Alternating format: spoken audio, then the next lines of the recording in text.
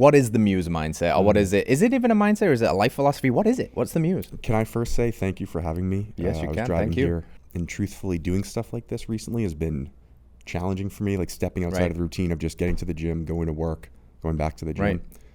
And I've forgotten that it's like, you've wanted to be doing this. You said this a few years ago. This is, I hope to imagine being on Joe Rogan someday, right? And like, all right, this is a step in that direction. Maybe that will never come to fruition, but it's a step in the right direction. Enjoy this, man. Embrace it. This is what you wanted, the universe, God's putting in front of you. Enjoy it. So thank you for being part of this journey. Muse, it's a mindset. It's a way of life. I think it's a state of being. And I'll give you a story. I'd say 3 years ago when I first started creating content, the tagline, and we were just joking about not having a tagline, but the tagline for Muse was mind clear, motor running. Very simple, very robotic, very to the point. I loved it. And in that early content creation journey, I probably got a few people who said, oh, that's kind of cheesy. And I stopped using it. But I think that's it right there. Been looking for it, and it's been slapping me in the face for a while. Mind clear, motor running. And I say that because it is my belief through my personal journey that for me to be successful in this world, and the successes I've had in this world have come from states of being when my mind is clear. And I can give you some examples of what a clear mind is. For me, the most important are clear-headed, like sharp, confident, and creative. For me, those three traits are the most powerful for me.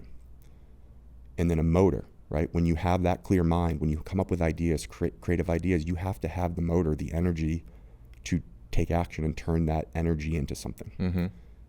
And so that's Muse. It's living a life to constantly have a clear mind and a motor running, and you're ready to go. Take action, build, create. How much do you think those are mutually exclusive? Because when I hear you say that, I think I resonate a lot with that. And I also think about the motor running helps the clear mind. Yeah, you can't have one without the other. Yeah. I don't think so. Yeah. At least I can't.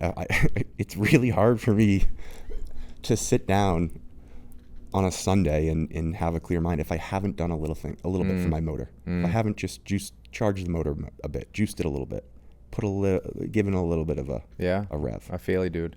So like the wake up, sun gaze, and drop into a 30-minute meditation immediately is just not your style. Not right now. Yeah. And I think, again, that's part of the Muse. Yeah. And I'll continue to go back to this, that it's just always evolving. You know, there are times when I go home and hang out with my family.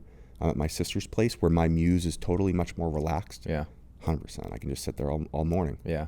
Order like 3 Starbucks deliveries. Yeah, there you go. Yeah. Well, you know what's cool? I always think about, like, you know that thing that people do called yoga? It actually isn't just hot girls in spandex in Austin. It's an ancient Eastern philosophy, religion, way of life. And at the end of a yoga class, if you've ever done one, you do corpse pose, you do shavasana. Yeah. And shavasana is designed to be at the end, after you have physically exhausted the body. And there's more like esoteric spiritual ideas in yoga too, that because of your holding postures, you're aligning the body, you're opening up a connection to the divine. But you do the resting, you do the meditative portion of yoga at the end, once you've physically exhausted the body.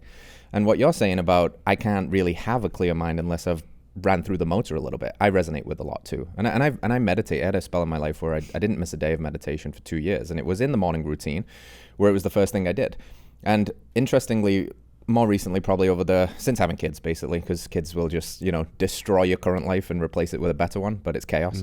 So it's been a shift for my training and stuff. And now basically the first thing I do is actually get after it in the gym. Wake up, grab a coffee, commute, hit CrossFit Mayhem, Muse, come home, and then I can find that stillness. And I resonate with that a lot. So that's just a little kind of nod to people that have tried maybe the mindfulness thing first thing in the morning. It's like, this is hard for me. I suck at meditation. I can't do it.